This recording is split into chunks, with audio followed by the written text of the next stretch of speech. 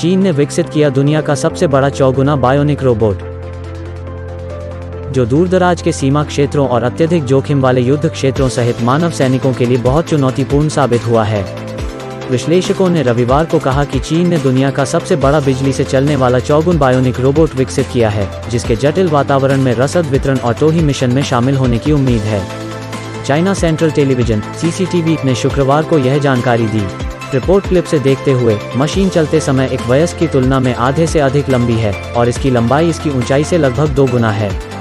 4 पैरों पर चलना और याक जैसी दिखने की शेखी बघारना, जिसके कारण कुछ लोग इसे यांत्रिक याक कहते हैं। चीन द्वारा स्वतंत्र रूप से विकसित किया गया रोबोट दुनिया का सबसे बड़ा, सबसे भारी और अपनी तरह का सबसे ऑफ रोड सक्षम है। चाइना सेंट्रल टेलीविजन (CCTV) ने शुक्रवार को यह जानकारी दी। रिपोर्ट क्लिप से देखते हुए, मशीन चलते समय एक वयस्क की तुलना में आधे से अधिक लंबी है और इसकी लंबाई इसकी ऊंचाई से लगभग 2 गुना है। यह 160 किलोग्राम तक वजन उठा सकता है और इसके बड़े आकार के बावजूद यह प्रति घंटे 10 किलोमीटर तक चल सकता है, CCTV ने बताया। यांत्रिक याक आसपास के इलाके और पर्यावरण के बारे में जागरूक होने के लिए सेंसर से लैस है और इसने विभिन्न प्रकार के इलाकों में कदम, खाइयों और चट्टानों सहित एक बहुत मजबूत अनुकूलन क्षमता प्रदर्शित की है। कीचड़ वाली सड़कों, घास के मैदानों, रेगिस्तान और बर्फ के मैदानों का उल्लेख नहीं करने के लिए रिपोर्ट में कहा गया है।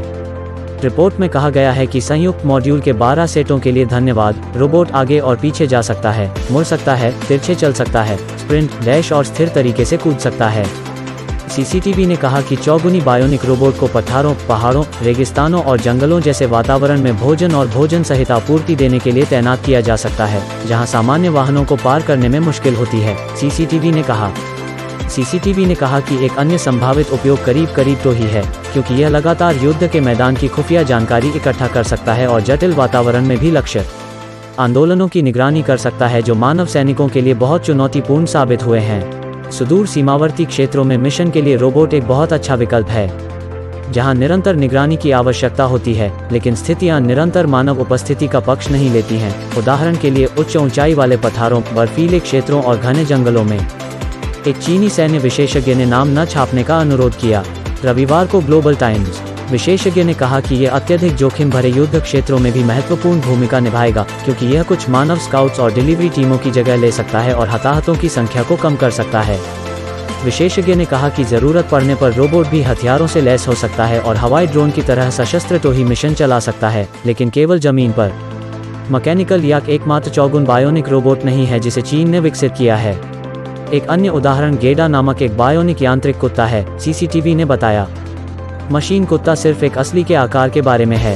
रिपोर्ट में कहा गया है कि इसका वजन 32 किलोग्राम है, लेकिन यह 40 किलोग्राम माल का पूरा भार ढो सकता है। गेडा को सरल वॉइस कमांड को समझने और चेहरे की पहचान का उपयोग करने के लिए प्रोग्राम किया गया है, CCTV ने बताया, यह देखते हुए कि इसने जंगलों, पथरीली सड़कों, संकरे मार्गों और सिंगल प्लांक पुलों को पार करने के लिए परीक्षण पास किया है।